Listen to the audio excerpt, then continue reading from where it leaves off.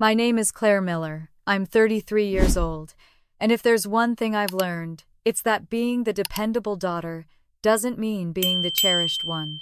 For years, I picked up the pieces, the bills, the favors, always believing that someday my parents would see me as more than the shadow beside my sister Sophie. Then, just days before her wedding, an envelope appeared on my counter. Inside were tickets to Italy and a note that said I deserved this trip. At first, it felt like a miracle proof that maybe they finally cared. But as I packed my suitcase, something didn't add up. Why would they send me across the world right before the biggest family event of the year? Why was Sophie's name glowing in every post and every list, while mine was missing altogether? I tried to silence the doubt to believe it was love. Yet deep down I knew a secret was hiding beneath their generosity. Was I being given a gift? Or was I being pushed out of the picture entirely?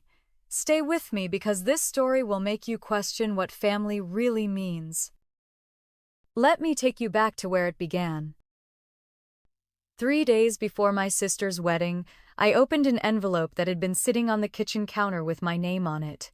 Inside were 2 airline tickets to Rome, departing in less than a week, with a note in my mother's careful handwriting. You deserve this trip, Claire. Think of it as our gift to you. For a moment I just stood there in my kitchen in Seattle sunlight falling across the hardwood floor, staring at the neat slant of her script. It felt almost unreal. For years I had been the reliable one, the quiet daughter who always showed up. The one who paid deposits when Sophie's credit card was maxed, the one who remembered anniversaries and sent flowers, the one who never needed anything in return. A trip to Italy from my parents, unasked for, sounded like something from another family's story. I wanted to believe it was love or maybe gratitude. I wanted to believe that, for once, I was seen. Ethan found me still holding the tickets when he came in from the yard. He brushed a streak of dirt off his hands and raised his eyebrows. What's that? I handed him the envelope, my fingers trembling slightly. He scanned the tickets, then the note, and looked back at me. Rome, huh? He didn't sound excited, more cautious, like he was reading between lines I hadn't dared to see yet. They just sent this, I said, still trying to process it. They want us to go, Ethan. They want me to rest, to take time for myself. Or he said slowly, they want you out of the way. The words stung, even though I could see the concern in his eyes. Ethan was steady like that, always questioning what looked too easy. I laughed softly, trying to push the unease back down. Don't be ridiculous. They wouldn't do that. Wouldn't they? He asked, not unkindly. I set the tickets on the counter and wrapped my arms around myself. The thought of leaving right before Sophie's wedding felt strange, but my parents had written that I deserved this. Maybe it was their way of balancing scales. For once, I didn't want to question it. I wanted to feel chosen. That night, as I folded clothes into a suitcase, Ethan leaned against the doorway watching me. Are you sure about this? He asked. I zipped up the bag, forcing a smile. I'm sure. Maybe this is the first time they're actually doing something just for me. He nodded, but his eyes didn't let go of mine. If that's what you believe, then I'll stand by you. But keep your eyes open, Claire. The next morning, while I sorted travel-sized toiletries and checked our passports, my phone buzzed on the nightstand. A new post from Sophie lit up the screen. I tapped it without thinking. There she was, glowing in a photo with a pastel countdown board behind her. 7 days to go. The letters were written in gold marker, surrounded by doodles of champagne glasses and hearts. Comments from friends and extended family spilled down the page, congratulations and heart emojis. I scrolled, scanning the names. She tagged cousins, old sorority sisters, even Rachel Miller from her college days. The same Rachel who once told me to my face that I was too serious to be fun. Nowhere did I see my name. My chest tightened, but I told myself not to jump to conclusions. Maybe she would call me later. Maybe the post was just for show. I closed the app and set my phone down, pressing the zipper on my bag shut with more force than necessary. Ethan walked in carrying 2 mugs of coffee, his voice light, trying to ease the heaviness that had crept in. One with cream, one black, right. I took mine, the warmth seeping into my hands, but my thoughts were still on Sophie's post. "She's excited," I said, quietly, more to myself than to him. "Of course she is," Ethan said, settling onto the bed beside me. "It's her wedding." I wanted to tell him how strange it felt, how a gift of 2 tickets and a post without my name didn't quite add up, but I bit the words back. I didn't want to sound paranoid. I wanted to believe my parents had finally given me something without a hidden demand. Later that afternoon, while Ethan loaded our suitcases into the car, I scrolled through my phone again. More photos from Sophie. A whiteboard covered in names, her caption thanking everyone who would be there to celebrate. I pinched the screen, zooming in on column after column. Friends from high school, colleagues she barely kept up with, distant cousins. My eyes searched for my own name, certain I'd see it if I just looked harder. But I didn't. I set the phone down, heart thudding, and stepped outside to where Ethan was tightening straps on the luggage. He glanced up immediately. "You okay?" I nodded too quickly. "Yeah, just thinking." He didn't press. He closed the trunk and slipped an arm around my shoulders, steering me back inside.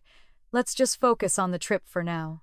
I leaned into him, breathing in the scent of cedar still clinging to his shirt. I told myself he was right, that maybe this was the beginning of something different. But deep down, a tiny, stubborn voice whispered that there was more to this gift than what I had been told. That night, as we double-checked flight details and printed boarding passes, I caught myself staring at the tickets again. Rome. A place I had dreamed of but never expected to see. My parents had made it possible. Maybe I was wrong to question their motives. Maybe just this once they wanted me to be happy. Still, as I slipped the tickets into my purse and turned out the lights, I couldn't shake the echo of Ethan's words. Or maybe they want you out of the way. I fell asleep with that thought, lingering heavy as the packed suitcase waiting by the door. The hum of the engine settled into a steady rhythm as our plane lifted through the clouds, the skyline of Seattle disappearing beneath us. Ethan leaned back in his seat, closing his eyes, while I sat upright, my hands folded tightly in my lap. I wanted to feel excitement, to let the thought of Rome and all its beauty flood me with anticipation. But my mind kept drifting somewhere else. The seatbelt pressed against my chest, and suddenly I was 13 again, sitting in the corner of our living room, with a paper crown sliding down my forehead. A store-bought cake sat on the counter untouched because Sophie had thrown up earlier that evening, and everyone rushed around to comfort her. I remember clutching the gift Mom had promised me for weeks, a small box wrapped in pink paper, only for Sophie to knock it to the floor while running to the bathroom. The glass inside shattered, and the sound seemed to echo longer than it should have. Mom held Sophie's hair back, rubbing her back with soothing words, while Dad stayed by the doorway. No one looked at me. By the time they finally noticed, the candles had burned low into lopsided wax pools, and I had stopped waiting for someone to sing. I blinked hard, pulling myself back to the present. The flight attendant passed by with a tray of drinks, and I asked for water, my throat dry. Ethan opened his eyes and glanced at me. "You good?" he asked softly. I gave him a quick nod. "Just tired." But the truth was, I wasn't tired. I was restless. My memories kept pressing in like waves, each one washing away the excitement I wanted so badly to hold on to. Another memory surfaced sharper than the rest. Sophomore year of high school, the day Dad promised to come to my choir recital. I wore a new dress that Grandma had sent, pale yellow with a sash at the waist. I stood on stage with the lights hot on my face, scanning the rows of parents. I found empty seats where I thought they would be. Later that night, I walked home alone under the streetlights, the sound of Sophie laughing with her friends carrying from the kitchen when I opened the door. No one asked how the recital went. No one even mentioned it. The pilot's voice crackled overhead, announcing our cruising altitude, but his words blurred into static in my head. I pressed my palms together, willing the memories to stop. Ethan leaned closer, his voice low so no one around us would hear. "You're holding your breath again." I let out a shaky exhale. "Sorry." "Don't apologize," he said gently. "Just tell me what's running through your mind." I hesitated. If I opened the door to those memories, would they drown the fragile hope I was trying to protect? But Ethan's eyes were steady, patient, waiting. "I keep thinking about when I was a kid," I whispered. "The times they overlooked me. How easy it was for them to act like I wasn't there." Ethan reached for my hand, his fingers warm and grounding. "That's not on you, Claire. That's on them." I swallowed, blinking fast, as if I could blur the sting away. Maybe, but it still feels like it carved something into me that never really healed. For a while we sat in silence, the cabin dim with shades pulled down. I watched the faint reflection of my own face in the small oval window. 33 years old, engaged to a man who saw me clearly yet still chasing scraps of attention from the people who should have loved me without condition. Hours passed. The attendants came by with trays of food. I pushed mine around without tasting much. Ethan tried to make conversation about what we would see first in Rome, maybe the Colosseum or the Trevi Fountain, but my responses were thin, distracted. Finally, he set his fork down and looked at me with quiet seriousness. "Do you really believe these tickets were about giving you a gift?" I forced a laugh, though it sounded hollow even to me. "What else would they be?" Ethan tilted his head, studying me. "Maybe a way to keep you far from something they didn't want you part of." His words hung heavy between us. I wanted to argue to tell him he was wrong, but the memory of Sophie's Instagram post flashed in my mind again. My name missing from the board. The gratitude she poured out to everyone else. I pressed my napkin into my lap and forced my voice steady. "I don't want to think that way. And yet," Ethan said softly. I looked away out the window at the endless stretch of clouds tinged orange by the setting sun. He wasn't trying to hurt me. He was trying to prepare me for something I didn't want to admit. I closed my eyes, and the hum of the engines blurred into the sound of my father's voice years earlier, telling me to drive Sophie to her friend's party, even though I had finals the next day. I had said no, but Mom stepped in with that look, the one that told me my refusal was just another obstacle. So I drove. Sophie spilled soda on the seat, then later lied that I yelled at her the whole way. Dad believed her, not me. The unfairness had burned back then. Tonight, it burned again, sharp as ever. When the lights dimmed for passengers to sleep, I rested my head against Ethan's shoulder. He rubbed slow circles on my hand with his thumb the same way he always did when he sensed I was retreating into myself. I whispered, "Do you think maybe I'm overreacting? That I'm just dragging old wounds into this?" Ethan kissed the top of my head. "I think you know better than you want to admit." The words settled deep, and I felt both comforted and exposed. Somewhere over the Atlantic, as most of the cabin drifted into sleep, I stayed awake, staring at the ceiling panel. The small reading light above my seat cast a circle of glow that felt both protective and isolating. I thought about Sophie in her gown, practicing her vows, my parents bustling around her, making sure every detail was perfect. And me high above the ocean on a plane they had sent me onto, far away from the day that should have been mine to witness. For the first time since opening that envelope, doubt didn't just whisper. It rooted itself in me, quiet and immovable. I tightened my grip on Ethan's hand and finally let my eyes close, though sleep didn't come easily. The image of that guest list board swam behind my eyelids, golden letters shimmering against a background where my name had never belonged. The wheels touched down on the runway outside Rome with a jolt that woke me from a half-sleep. I sat up straight, heart thudding as if I had forgotten for a moment where I was. Ethan stretched beside me, running a hand through his hair, and gave me a small grin. "Welcome to Italy," he said, though his voice was soft, careful, like he was checking if I was ready to feel it. The air in the airport was heavy, with the smell of coffee and perfume.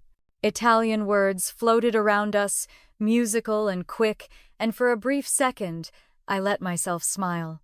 Maybe this trip could be what my parents had promised, a gift, a break, a chance to breathe outside of my family's shadow.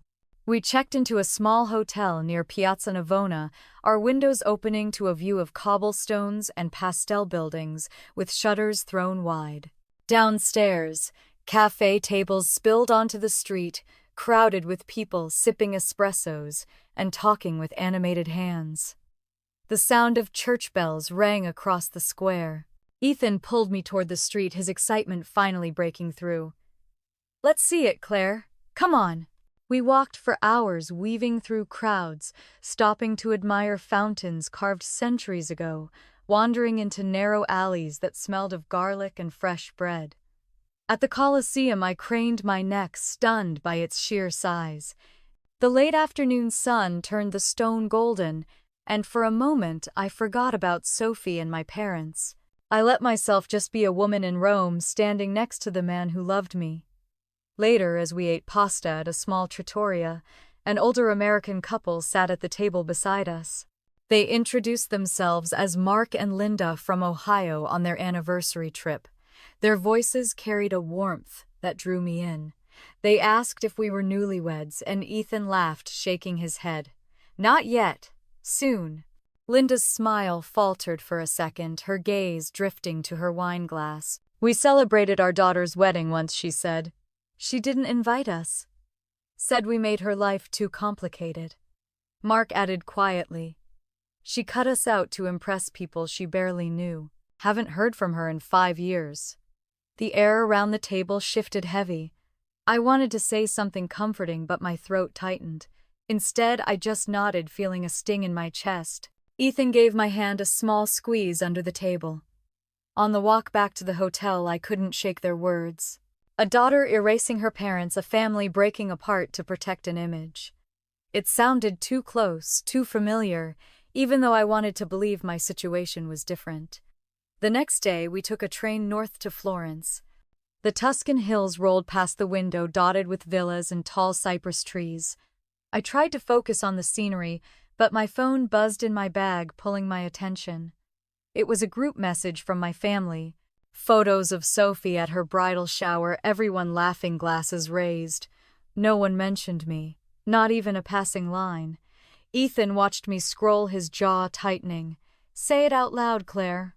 "What are you thinking?" I set the phone down, staring at the fields sliding past outside. "I'm thinking maybe you were right. Maybe these tickets weren't about me at all." He leaned forward, elbows on his knees. "If that's true, then you need to decide how much space you're willing to let them take from you." His words sat heavy in me, and I wanted to believe I could make that choice. But I had lived my whole life trying to earn a place, and now I didn't even know if I had one to fight for. In Florence, we wandered through galleries, filled with paintings that seemed to breathe from the walls. I stood before Botticelli's Venus, staring at the way she emerged from the sea, fragile but radiant. I thought about how much of my life I had spent waiting for someone to lift me into the light. That night, as we shared a bottle of wine on the hotel balcony, I opened my email out of habit. A new message caught my eye, subject line in bold. "Project timeline adjustment."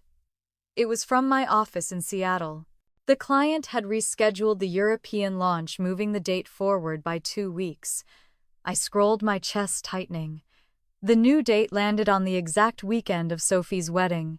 I closed the laptop slowly, my stomach hollow. Ethan noticed immediately. "What happened?" I told him. My voice quiet. "The project is now the same weekend as the wedding." He tilted his head, suspicion sharp in his eyes. "That feels too neat, doesn't it?" I nodded, fingers twisting in my lap. "My parents knew about this project. I told them months ago. So they send you to Europe with tickets timed perfectly to overlap both." He didn't phrase it as a question. I looked down at the cobblestones below, lit by street lamps. For the first time, the word gift felt sour in my mouth. The night was warm, the city alive, with music drifting from the square, but I sat frozen, hearing only Ethan's voice and my own doubts. If this trip wasn't about love or care, then what was it? I didn't have an answer. But the unease I felt on the plane was no longer just a whisper. It was standing beside me, solid and undeniable. The morning light in Florence spilled across the tiled floor of our hotel room, soft and golden, carrying the sound of church bells through the open shutters. Ethan was still asleep, his breathing steady, but I had been awake since dawn, scrolling through the family group chat. Photos kept appearing Sophie in a silk robe with friends clustered around her, champagne glasses raised. My parents smiling in the background, cheeks flushed with pride. My name was nowhere, not even in a comment. It was as if I didn't exist. I tossed the phone onto the bed and stepped out to the balcony. The air was cool, carrying the faint smell of bread from a bakery down the street. I wrapped my arms around myself, trying to let the beauty of the city calm me, but my chest felt tight. When Ethan stirred, he found me staring down at the square. He leaned against the doorway, rubbing sleep from his eyes. What did they post now? I shook my head. Just more pictures, more celebration, and not a word about you. I swallowed hard and nodded. He came closer, resting a hand on my shoulder. You don't have to keep torturing yourself by looking. Maybe I'm hoping one of them will notice, I admitted quietly. Just one. He squeezed my shoulder, his silence heavier than words. Later that afternoon, we visited the Uffizi Gallery, surrounded by crowds snapping photos, but my mind was still on the chat. I pulled out my phone again, scrolling back to the top, rereading every line. Not a single mention of me. Not even a reminder like, "Don't worry, Claire, we'll celebrate when you get back." Nothing. Ethan noticed and gently took the phone from my hand. Enough, Claire. But I didn't argue. My heart was already sinking. That evening, back in the room, I couldn't resist calling home. My mother answered on the second ring, her voice bright and cheerful.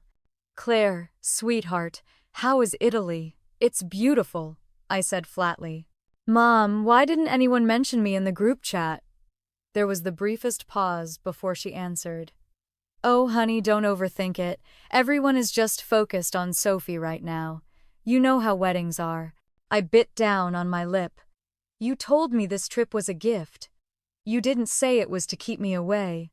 Her laugh was thin, dismissive. "Don't start making it about you. Sophie's under a lot of pressure. She needs everything perfect. Perfect without me," I whispered more to myself than to her. Mom sighed. "Claire, you're the strong one. You've always been the strong one. This is Sophie's time. Let her have it." The words pierced deeper than she knew. I gripped the phone tighter. "She gets to have everything, and I'm supposed to just disappear." "You're being dramatic," she scolded gently. "Enjoy Italy. Be happy for your sister."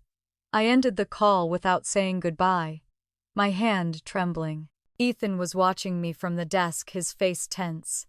"What did she say?" he asked. I sat down on the bed, my chest hollow. "That I'm making it about me. That Sophie needs everything perfect." Ethan shook his head in disbelief.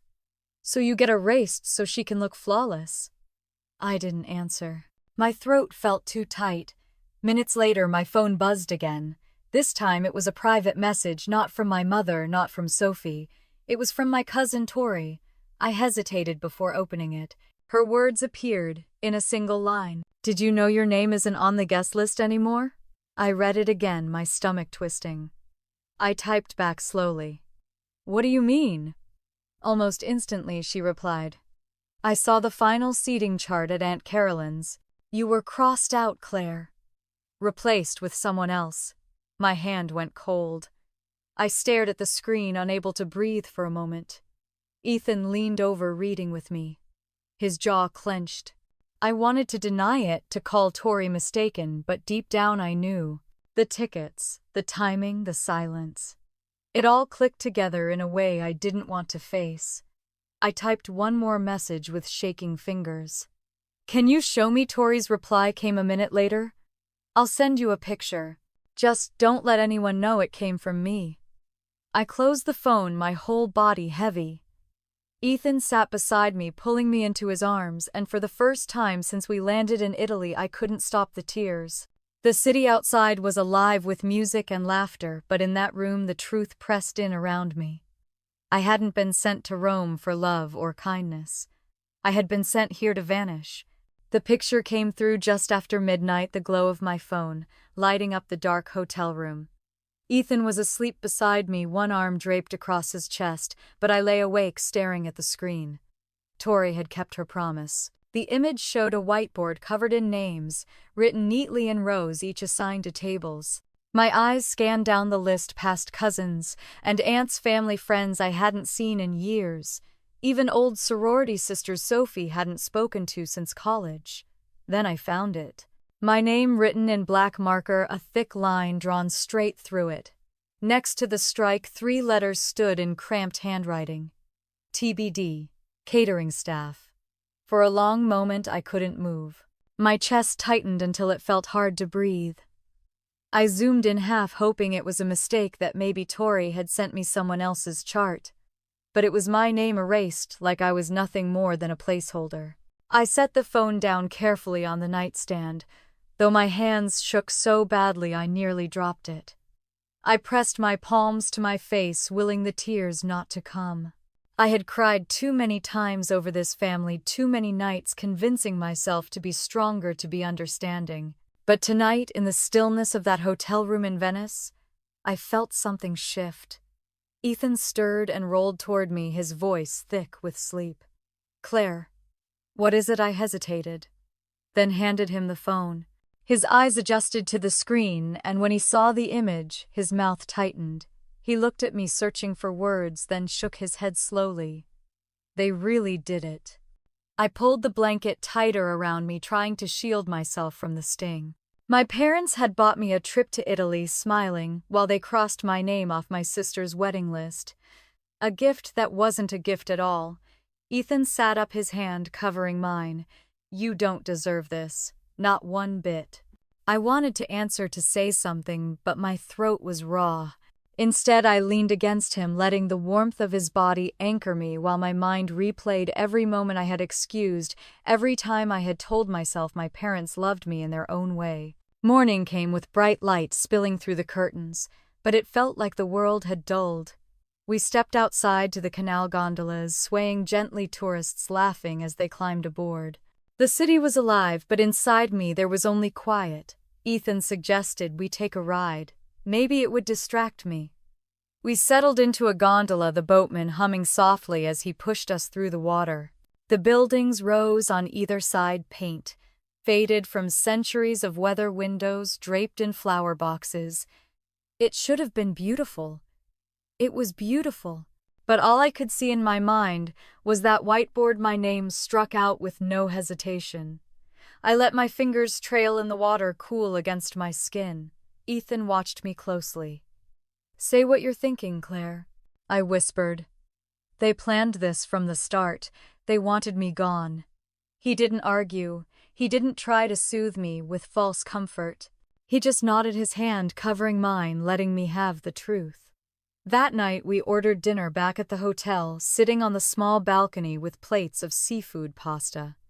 I could barely eat. Ethan poured me a glass of wine and waited until I finally met his eyes. "What now?" he asked gently. I shook my head. "I don't know. I feel like I should be angry, but I'm just empty." "You don't have to decide right now," he said. "Just know this isn't about you being unworthy. This is about them making choices that say more about who they are than about who you are." His words sank in, steady and solid, but the ache lingered. I had spent my whole life trying to prove my worth to my family, and in one quiet strike of a marker, they had shown me how little it mattered. Later that night, when Ethan had gone to shower, I opened my phone again. The group chat buzzed with new messages. Sophie had posted another photo, this time holding her dress up to the mirror, her friends gathered around her. She wrote about how blessed she was to have everyone she loved by her side. Everyone but me. I typed a reply, my thumbs hovering over the keyboard. I wanted to scream, to demand an answer, but after a long pause I erased the words and closed the chat. They didn't deserve my voice tonight. Instead, I scrolled through my camera roll. Photos of Ethan and me exploring Rome, standing in front of the Colosseum sharing gelato in Florence. For the first time I looked at those images and thought, maybe this is my family now. Maybe what I build here matters more than what I lost there. I set the phone down, folded my hands in my lap, and let the silence stretch. Venice hummed outside our window, laughter and music drifting in with the night air. I knew the wedding was coming in just a few days. And I knew I wouldn't be there. For the first time, I wasn't sure if that was a loss or a gift. The hotel room in Venice was quiet except for the low hum of the air conditioner and the faint splash of water against the canal outside. I lay awake staring at the ceiling, the whiteboard image burned into my mind. No matter how many times I closed my eyes, I saw the thick black lines striking through my name, leaving me replaced by 3 careless letters. TBD. Ethan had drifted into sleep beside me, his arms stretched across the bed, but my body refused to rest. I turned over and reached for the nightstand, where my phone sat face down. My thumb hovered above the screen, hesitating, then I tapped it on. Notifications flooded in from social media emails and the family group chat, but I ignored them.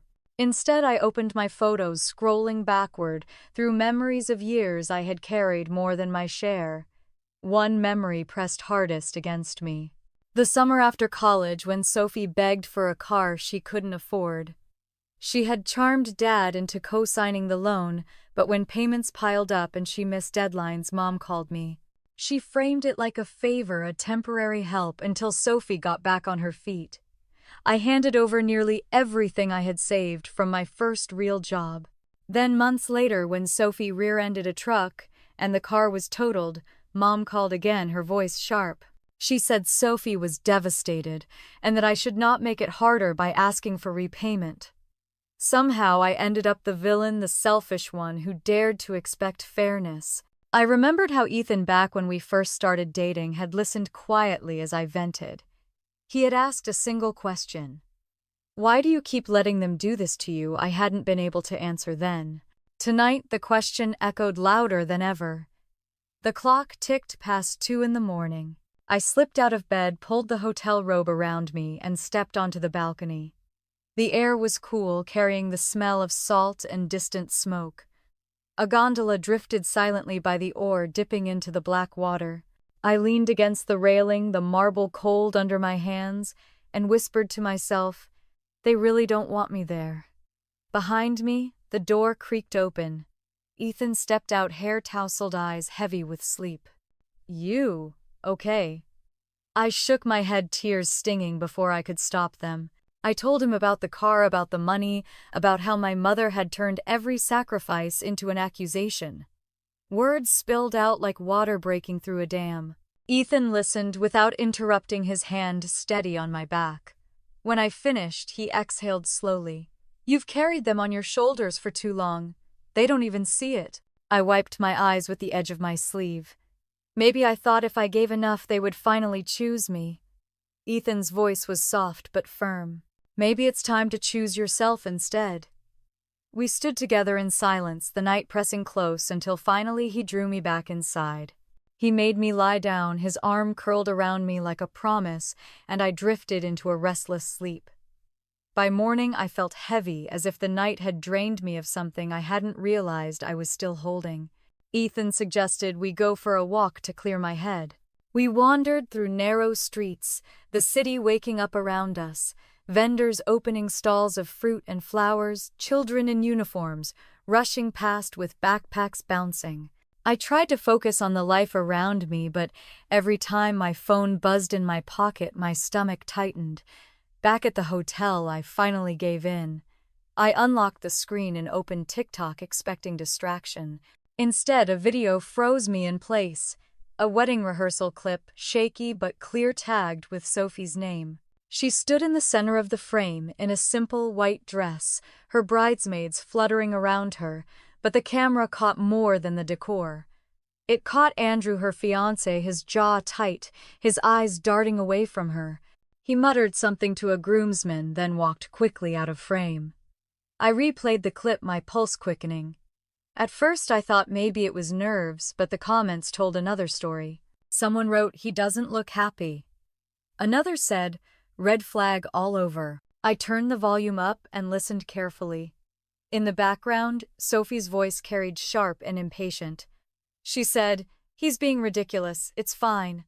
I sat down on the edge of the bed, the phone hot in my hand.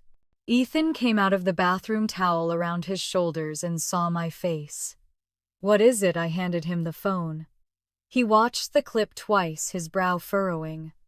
That's not nerves, Claire. That's someone halfway out the door. I pressed my palms together, my heart racing.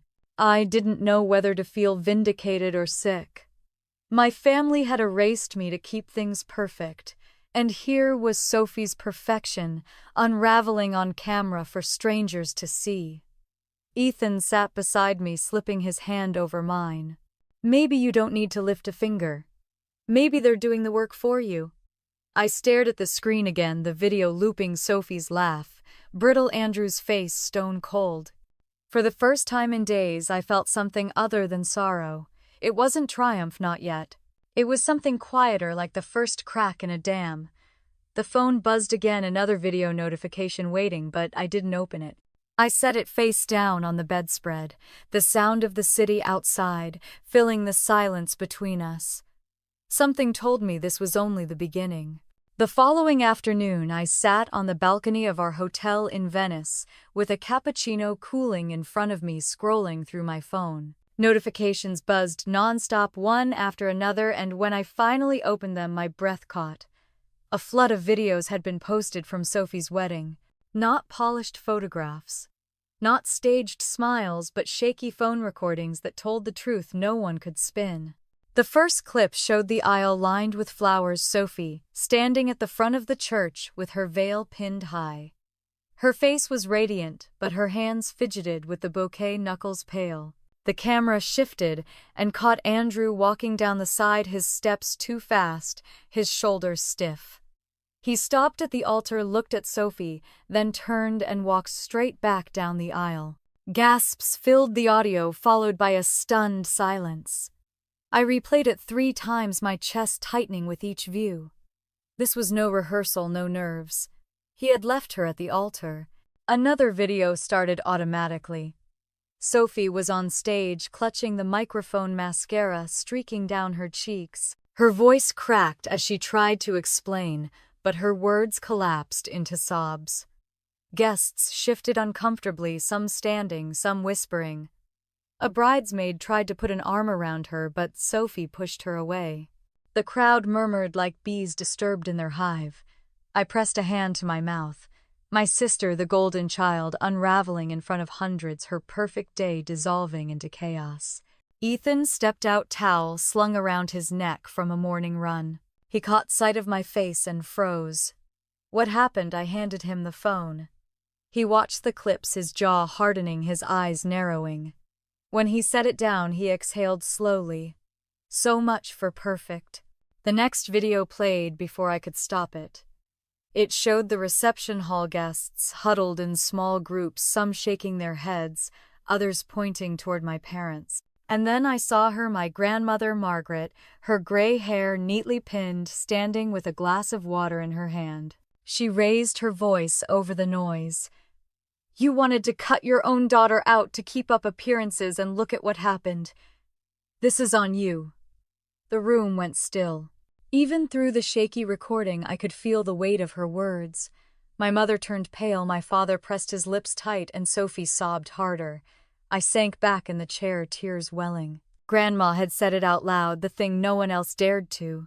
Ethan rubbed my shoulder, steady as always. You see, Claire, you didn't have to do a thing. They exposed themselves. I nodded, but my heart ached. Part of me wanted to feel vindicated, but all I felt was tired. Tired of being erased, tired of begging for scraps of love, tired of the cycle. As the sun dipped low, I scrolled through more clips. In one, Uncle Rob argued with Dad near the buffet table, their voices sharp. In another, a guest muttered, I heard they sent the older daughter away. No wonder this fell apart. The words pierced deeper than any knife. Strangers could see what my parents refused to admit. I closed my phone and rested my forehead against the cool railing. For the first time, I let myself cry without trying to hold it in. Not for the wedding, not for Sophie, but for all the years I had given, and given only to be cut out when it mattered most. Ethan knelt beside me, his hands holding mine. Let it out, Claire.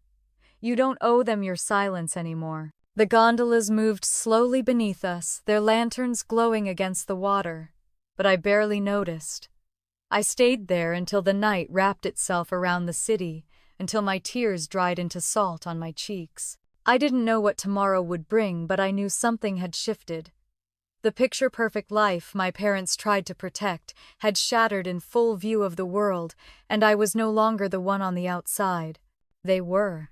When I woke the next morning, the hotel room was filled with the pale gray light of dawn, and my phone was buzzing with notifications. My hands trembled as I unlocked the screen. Dozens of new videos had surfaced overnight. The wedding disaster had gone viral.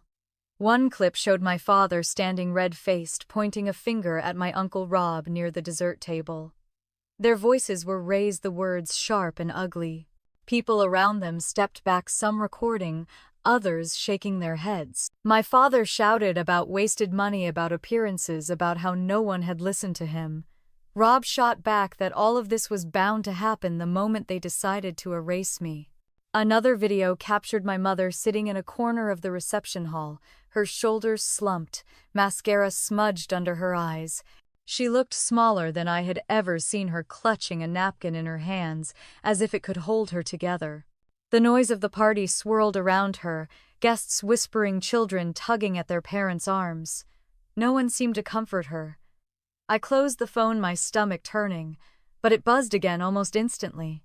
This time it was not another video. It was an email notification. From my mother. I hesitated, staring at the subject line. Please read. With a deep breath I opened it. Claire, this is your fault. If you had been here, if you had stood by your sister the way family should, none of this would have happened. She needed you. We needed you. Instead, you abandoned us and left us to pick up the pieces. I read the words again and again, each line striking harder than the one before. My fault. The weight of blame pressed down like a stone on my chest. After all they had done to erase me now, they wanted to hang the wreckage around my neck. Ethan stirred beside me, sensing the shift in my breathing. What is it? I handed him the phone.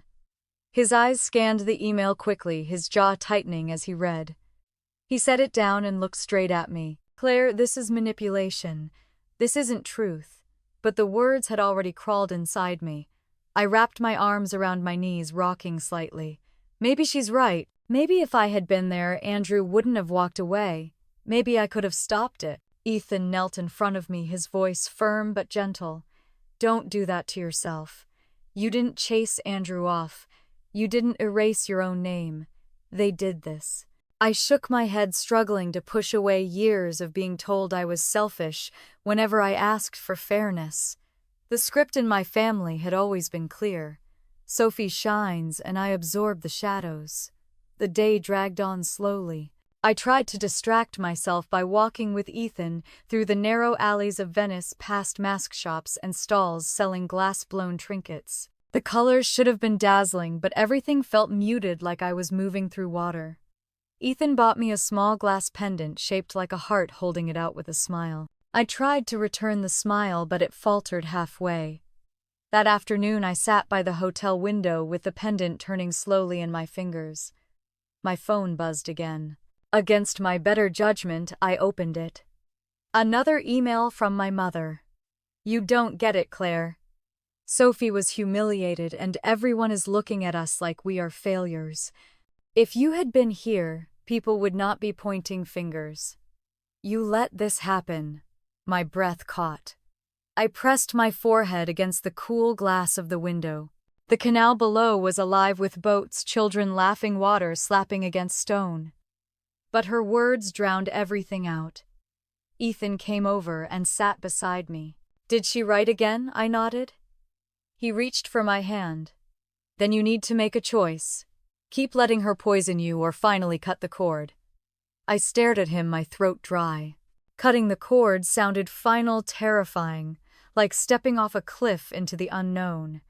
But staying tied to this cycle was its own kind of drowning. That night, I dreamed of home. I saw myself at 16 standing in the driveway holding a Letterman jacket Sophie had begged me to pay for. Mom had kissed her on the forehead, calling her darling, while Dad patted my shoulder and said I was responsible, dependable, the one they could always count on. I had smiled then, proud for a moment, until I realized it was never about me. It was always about what I could give. When I woke, the memory lingered heavy in my chest. I rolled over and found Ethan already awake, watching me carefully. He brushed a strand of hair from my face. "You don't have to carry their story anymore. You can write your own." I nodded slowly, but the ache didn't fade. My mother's emails burned in the back of my mind, each line a hook trying to pull me back. As I reached for my phone again, Ethan placed his hand over mine. "Leave it for now." I let out a long breath and set the phone aside. Outside the window, the bells of Venice tolled in the distance. I didn't know what tomorrow would bring, but I felt the ground shifting beneath me. The world had seen the cracks in my family, and now my mother wanted to stitch them together with my guilt. The question was whether I would let her. The call came just as I was tying my shoes to go out for a walk. The number was familiar, my grandmother's landline in Sacramento. I hesitated before answering, my chest tightening. Her voice was thin but steady, carrying more clarity than I expected. "Claire, it's time you knew the truth." I sank down onto the bed, phone pressed tight against my ear. "What truth, Grandma?" There was a pause, then a slow breath. "Your grandfather left a will in 2018. It named you as the heir to the Monterey house and part of his shares in Whitman Holdings. But your mother hid it. She used an older version to make it look as if everything should be split between her and your Aunt Carolyn." My heart pounded. I gripped the bedspread, the world tilting. "Are you saying—" "I'm saying you were meant to have something of your own. He wanted that for you. Your mother didn't think you deserved it." The words pierced me. I pictured the small blue house in Monterey, the one with the fig tree in the yard where my grandfather used to sit on the porch reading the paper. He had chosen me quietly, deliberately, and my mother had erased me there too. Grandma's voice wavered. "I can't stay silent anymore." Carolyn found the real will in his desk, hidden beneath some papers. She gave it to me. I took it straight to a lawyer. I pressed a hand to my forehead, dizzy. "A lawyer, yes, Claire. Her name is Carolyn Hayes, based in Sacramento. She's already preparing to file with the court. This won't be easy. Your mother and aunt will fight, but you have the law on your side." For a long moment, I couldn't speak. My whole life, I had carried the weight of being overlooked, convinced I was simply less in their eyes. Now the truth unraveled it all. It hadn't been about worth. It had been about control. Ethan came into the room, eyebrows raised as he saw my expression. "What's happening?" I held the phone away and whispered, "Grandma. She says my mother hid a will. Grandpa left the Monterey house and shares to me." Ethan's face hardened, his jaw set. "And they stole it." I nodded, my throat tight. Grandma's voice pulled me back. "I need you to be ready. There will be hearings. Papers to sign. This isn't just about property, Claire. This is about your place in this family finally being acknowledged." I closed my eyes, swallowing hard. "Thank you for telling me." She lowered her voice. "I'm proud of you. Don't let them take this away again." When the call ended, I sat frozen, the phone still in my hand. Ethan crouched in front of me, his hands warm on my knees. "This is your chance, Claire. Not just to claim what's yours, but to finally stand on equal ground." The rest of the day passed in a blur. I tried to focus on the streets of Venice, the lapping water, the colors of the glass shops, but my mind was elsewhere. Every memory of my mother's favoritism replayed with new edges. Her telling me I was too practical, too serious, while praising Sophie for her charm. Her borrowing money and never returning it, then calling me selfish when I asked. And now this. Hiding a will that proved my grandfather had seen me, had chosen me. Back in the hotel, I searched for the lawyer's name. There she was, Carolyn Hayes, listed on a Sacramento firm's site. Ethan leaned over my shoulder, scanning the page. She looks solid. I wrote down the number, my hand shaking. I wasn't ready to call yet, but knowing it was there felt like a lifeline. That night, as we ate dinner by the water, I told Ethan more about my grandfather. How he had taken me fishing as a child, teaching me patience. How he had slipped me books he thought I'd like saying quietly. You're sharper than they give you credit for. I think he knew, I whispered. I think he knew how invisible I felt. Ethan reached across the table holding my hand. And he made sure you would not be invisible forever. The sound of laughter from nearby tables swirled with the soft splash of oars against the canal. For the first time since we landed in Italy, a spark of strength flickered inside me. My family had tried to erase me, but my grandfather had written me back into the story with ink they couldn't fully scrub away. Later that night, I opened my email and found a message from Grandma. Attached was a scanned copy of the will. My eyes blurred as I read the lines, his signature at the bottom, steady and sure. It was real. I closed the laptop, my breath shaky. Tomorrow I would call the lawyer. Tonight I let myself rest with the knowledge that I had not been forgotten after all. The following morning sunlight streamed across the hotel room floor while Ethan brewed coffee from the tiny machine on the counter. My hands trembled as I dialed the number for Carolyn Hayes, the attorney my grandmother had mentioned. She answered on the second ring, her voice calm and professional, and I explained who I was. There was a pause, and then a warmth entered her tone. Yes, Claire, I've been expecting your call. Your grandmother already briefed me. We have the original signed, will notarized and witnessed. It is strong evidence. I gripped the phone tighter, asking what the process would look like. She explained about filing in Superior Court in Sacramento, how my mother and aunt would have the opportunity to contest it, but how the documentation in our hands was clear. She spoke of hearings and affidavits of timelines that could stretch months, maybe a year. Yet her confidence steadied me.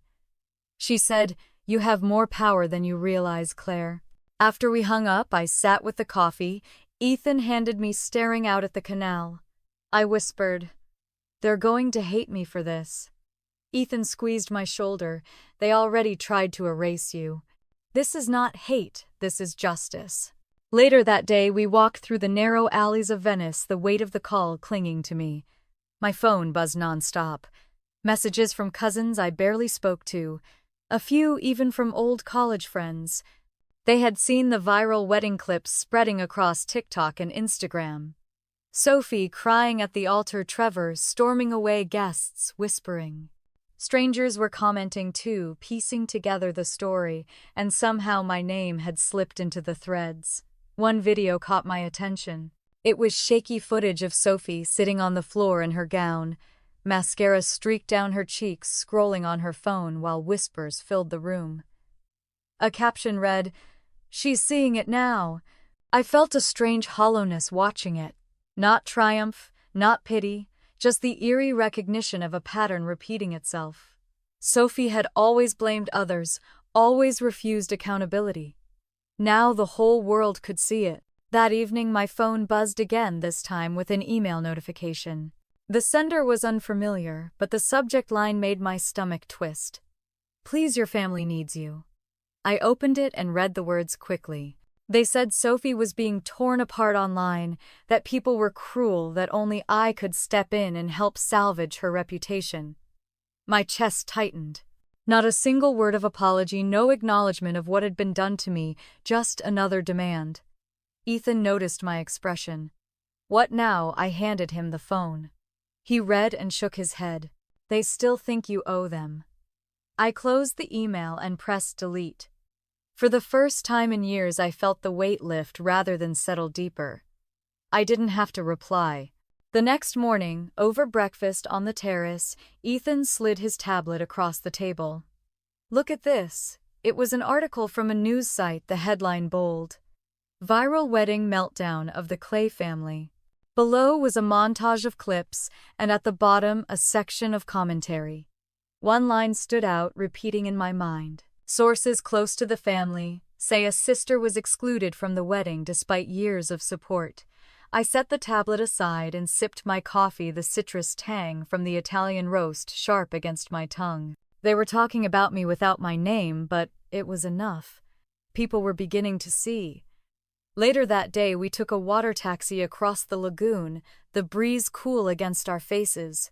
I tried to breathe it in, tried to anchor myself in the beauty of the place, but my thoughts kept circling back to Sacramento. The hearings, the lawyer, the fight that was coming. I wasn't sure if I was strong enough. That night, my grandmother called again. Her voice was softer this time. "Claire, are you ready for this? It won't be easy," I answered honestly. "I don't know, but I'm not walking away." She sighed, a sound heavy with years of silence. "That's enough. Your grandfather would be proud." I lay awake long after Ethan drifted to sleep, listening to the water lapping against the docks. The thought pressed in on me. This wasn't just about a house or shares in a company. It was about the years of being overlooked, erased, dismissed. For once I had proof that I mattered, that I had been seen all along. The following day I drafted an email to Carolyn Hayes confirming I wanted to proceed. My fingers hovered before I hit send, then I pressed it firmly and closed the laptop. Ethan leaned in, brushing a strand of hair from my face. "Whatever happens, we face it together." I nodded, a steadiness rising in me. The path ahead was uncertain, but for the first time in a long time, I felt like I was walking it on my own terms. 2 weeks later, we were back in Sacramento, the air sharp with the dry bite of late autumn. I had never felt so aware of my own footsteps as I did walking up the courthouse steps, Ethan steady at my side. The marble columns rose high above us, intimidating in their size, but inside, I felt something I hadn't expected: calm. Carolyn Hayes met us in the lobby, crisp navy suit glasses perched low on her nose. She smiled with a warmth that softened the edges of the day. "You're right on time, Claire. This first hearing will be procedural, but it sets the stage." We followed her through the security line, the beep of the scanner and the shuffle of papers filling the air. My heart pounded, but not with fear. It was something else, like the thrum of a drum before a parade starts. Inside the courtroom, the benches were polished wood, the air faintly smelling of lemon cleaner. My mother sat in the first row, pearls at her neck, her hands folded tightly. She did not look at me. Sophie was beside her in a pale gray coat, her eyes hidden behind oversized sunglasses even though we were indoors. My Aunt Caroline whispered something into my mother's ear, and they all leaned in like conspirators. When they noticed me, a wave of silence swept their side of the aisle. I kept walking chin high and sat with Ethan and Carolyn near the front. My palms were damp, but I pressed them flat against my skirt and waited. The judge entered, robes flowing, his voice clear as he called the matter. "Hayes v. Clay, petition to reinstate amended will." The words rang like a bell, each one slicing through the pretense my family had clung to for years. Carolyn rose and spoke with precision. She outlined the dates, the signatures, the witnesses. She presented copies of the will, pointing to the line where my grandfather's hand had signed my name as beneficiary. The judge nodded, flipping through the papers with practiced attention. When it was my mother's lawyer's turn, he stood and spoke with practiced authority. He argued the newer will was forged, that my grandfather had not been in his right mind, that family consensus supported the earlier version. My stomach twisted, but Carolyn leaned over and whispered, "He's stretching. No proof." The hearing was brief, only a first step, but when it ended, the judge scheduled the next appearance and confirmed the documents would be entered into record. It was more than I had dared to hope for. As we left the courtroom, my mother finally looked at me. Her expression was cold, almost brittle, as if one wrong move would crack her face entirely. She mouthed a single word: "Why?" I did not stop to answer.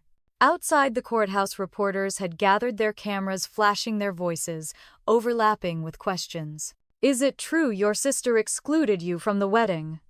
Are you fighting for the estate out of revenge? Do you plan to speak publicly?" I kept my eyes forward. Ethan shielded me with his arm, and Carolyn spoke firmly. "No comment at this time. Please respect our privacy." That night, in the hotel room overlooking the Capitol building, I sat at the desk with my notebook open.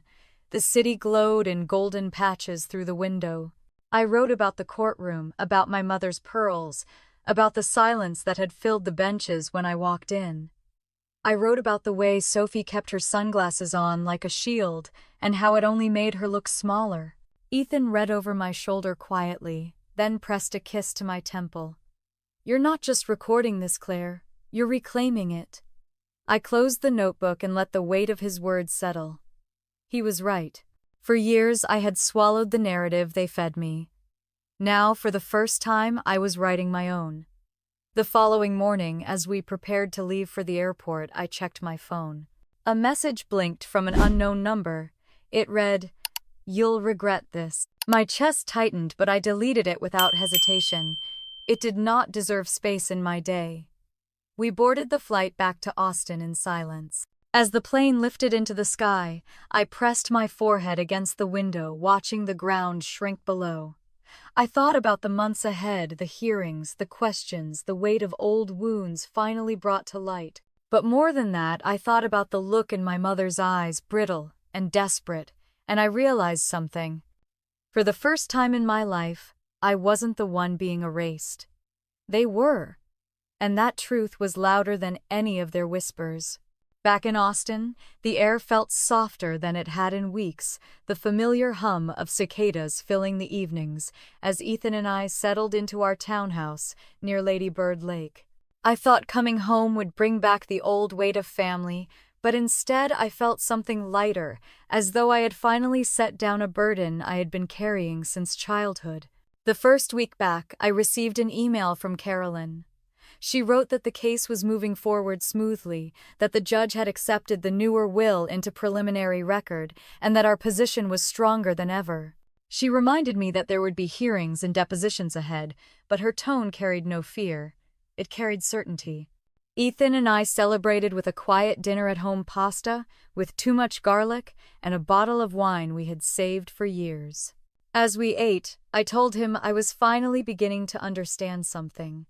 It wasn't about the estate or the money or even the recognition. It was about being able to live without begging to be seen. A few nights later, I opened Instagram and posted a photo Ethan had taken of me by the lake.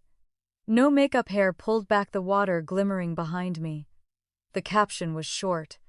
I was uninvited, but I found my place. By morning, it had thousands of likes and hundreds of comments. Women from every corner of the country shared their own stories of being cut out, overlooked, or used. I read each one carefully, not out of pride, but out of kinship. We were strangers yet bound by the same ache. My grandmother Margaret called again the following weekend. Her voice was faint but steady as she said she had watched my TEDx talk online, the one I had been invited to give on boundaries and the power of saying no. She said she had never been more proud of me, and I felt a warmth in my chest I had longed for since I was a child. Not a grand gesture, not an apology for years of silence, but something simple and true. The book came later when an agent reached out after the talk went viral.